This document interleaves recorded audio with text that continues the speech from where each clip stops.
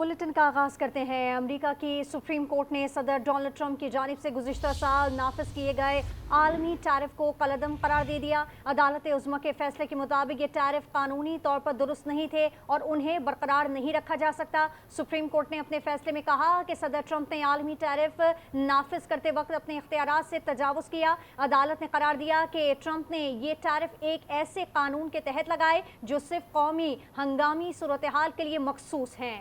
America की supreme court ने Trump के नाफिज करदा आलमी टैरिफ को 6-3 के तनासब से कलअदम करार दिया। अमेरिकी अदालत उज़्मा के चीफ जस्टिस जॉन रॉबर्ट्स ने वाज़ेह किया कि international emergency economic powers act सदर को टैरिफ आयद करने का इख्तियार नहीं देता। इस फैसले के बाद ट्रंप इंतज़ामिया की जानिब से नाफिज किए गए वसी तिजारती इक़दामात कलअदम हो गए हैं। ये फैसला अमरीकी तिजारती पॉलिसी पर बड़े असरात मुरतब करेगा और माहिरीन के मुताबिक मुस्तक़बिल में सदर के इख्तियारात की हुदूद मज़ीद वाज़ेह हो जाएंगी। इसी पर बात करेंगे। हमारे साथ मौजूद हैं नुमाइंदा खुसूसी और senior anchor person Shaukat Paracha. Paracha साहब, बहुत शुक्रिया आपके वक्त के लिए। सर, क्या कहेंगे इस फैसले से मुतालिक जो सुप्रीम कोर्ट ने दिया है अमरीका की?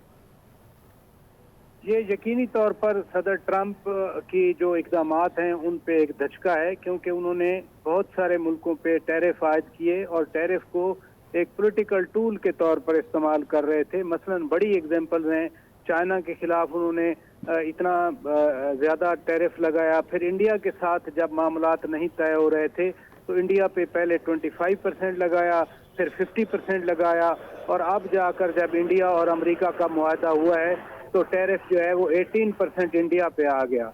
सिमिलरली पाकिस्तान के लिए भी बड़ा मसला बना था, क्योंकि पाकिस्तान पर 19% टैरिफ लगा हुआ है, जो कि अब ये टैरिफ कलअदम करार दे दिए गए।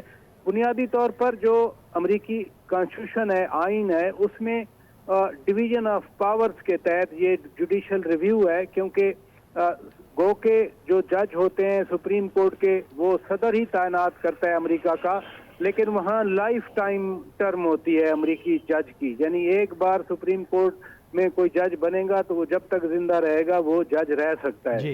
इसी डिवीजन ऑफ पावर के तहत जो कांग्रेस है, इलेक्टेड डायरेक्टली वो भी होते हैं, वो जो टैक्सेस हैं या टैरिफ्स हैं उनका अख्तियार है वो लगाने का। तो इस सारी सूरत हाल में मैं समझता हूँ कि जो supreme court of United states का फैसला है वो यूनाइटेड स्टेट्स के आइन के ऐन मुताबिक है। अच्छा फराज साहब, ये तो आपने टैरिफ से मुतालिक मालूमात दे दी, इख्तियारात से मुतालिक मालूमात दे दी। अब जो रकम जमा हो गई है इस बारे में अदालत ने कुछ नहीं कहा है, तो उसका क्या होगा फिर?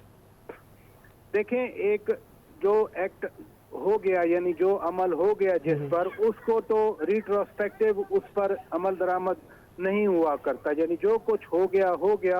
अलबत्ता जो इस टैरिफ पॉलिसी के बाद जो तिजारती मुआहदे हुए, जैसा कि सुप्रीम कोर्ट के ऑर्डर में भी है कि उनकी तिजारती पॉलिसी जो है वो इन क्वेश्चन आ गई, तो मुझे तो ज्यादा ये है कि जो अरेंजमेंट फॉर एग्जांपल इंडिया के साथ हुआ, जो चाइना के साथ हुआ, उनको आगे चल के उस वजह से सदर ट्रंप के लिए मुश्किलात पैदा हो सकती हैं। लेकिन जो कुछ हो गया है उसको यूजुअली जो ऑर्डर होता है अदालत का उसको कवर मिल जाता है और उसकी इम्प्लीकेशन रिट्रोस्पेक्टिव नहीं होती बल्कि आने वाले वक्त के लिए होती है। साहब, शॉर्टली एक बात और बता दीजिएगा, फैसले में ये बात भी कही गई है कि सदर ने अपने इख्तियारात से तजावुज किया है। सर, इस पर क्या इम्प्लीमेंट हो सकता है फिर?